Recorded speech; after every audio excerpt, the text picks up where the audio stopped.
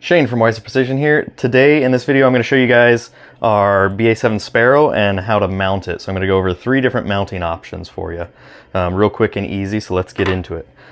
First off, I'm going to show probably the most common style. Set these 2 binos aside.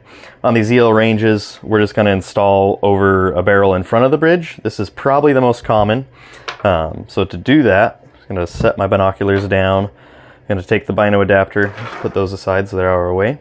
So as it ships, the strap is coiled up like this, so we're going to loosen that strap, and see I've pulled the tail out here. So just loosen this strap. You know, for these particular binos, that barrel, that's probably loose enough. If you got a bigger barrel, loosen it more, smaller, loosen less. We ship it with 2 different Allen keys, so there's a 1/16, which is the tiny little guy, and a 9/64, which is the larger. You're going to need both of these, and you'll use them both at the same time, so make sure they're both handy for you. So I'm just going to put them down on the table.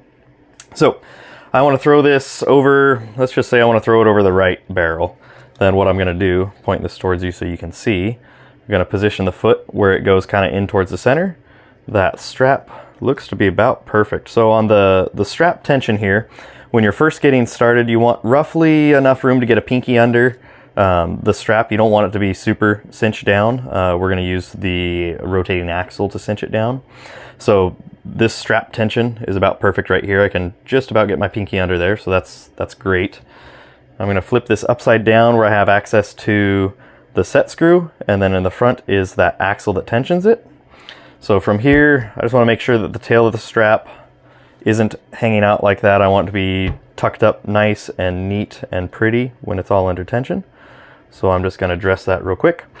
Now I'm going to take my larger Allen key and start twisting the axle, and I'm just going to put just a little bit of pressure on here.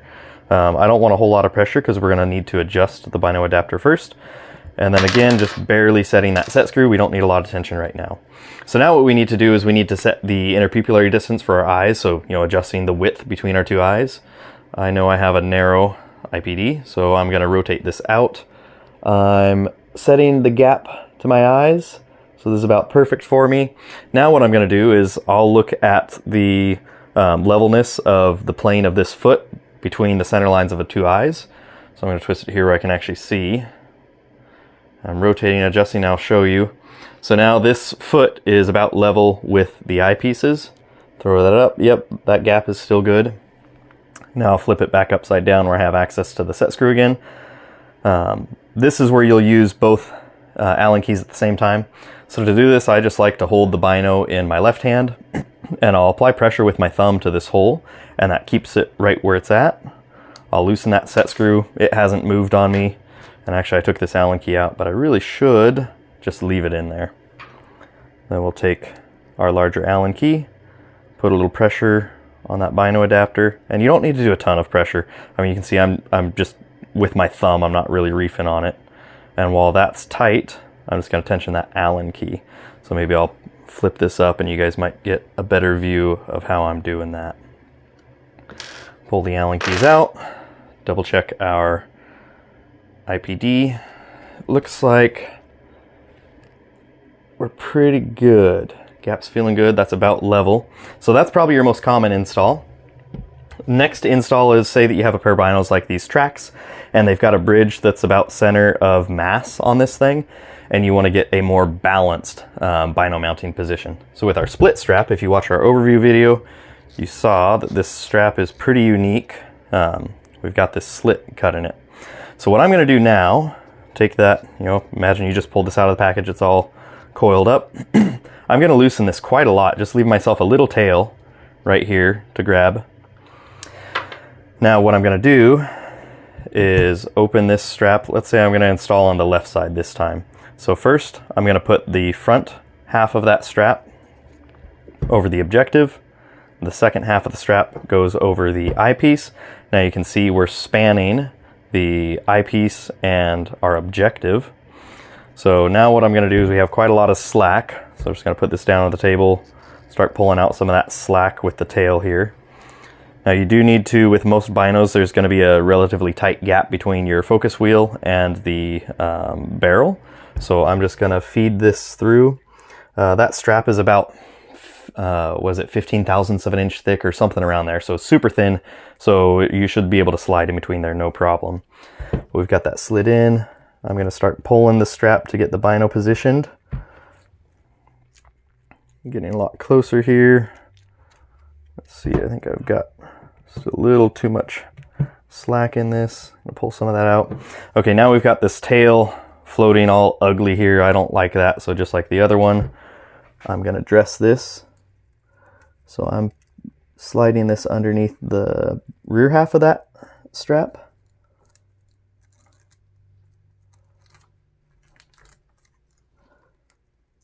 There we go. Okay, now it's all tucked under nice and neat. And we've got a good bit of gap here. When you're splitting the strap like this, it's harder to determine that gap with a pinky, so just make sure it's not tight. You know, like I can flop this around pretty good, so that's going to make sure that we get decent rotation with our axle when we tighten it.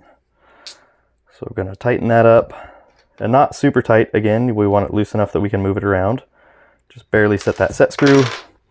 Same deal with our IPD. I can already tell that's definitely not right. I'm going to rotate this in a little bit. Let's see where we're at now. They've gone a little too far. Back it off a little bit. It's looking about level. Okay, same deal. Holding my left hand, pinch with my thumb. I'm going to take the large Allen key, put it in place, take the small Allen key, back off that set screw, start driving that large Allen key. I can already tell that didn't get quite as tight as I want, but I'm just going to do a quick double check to make sure nothing moved there. That's still looking about good for me. So put our Allen keys back in. Just like the last one, loosen that Allen key. Get a little more tension on there.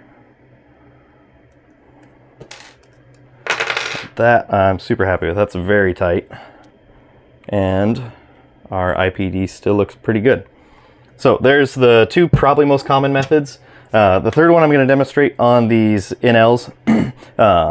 If you have something not like the NLs, something more like these EL ranges or a normal pair of ELs, or like the Noctivids, where you've got two bridges and you want to place that binocular adapter in between those two bridges, you can do that.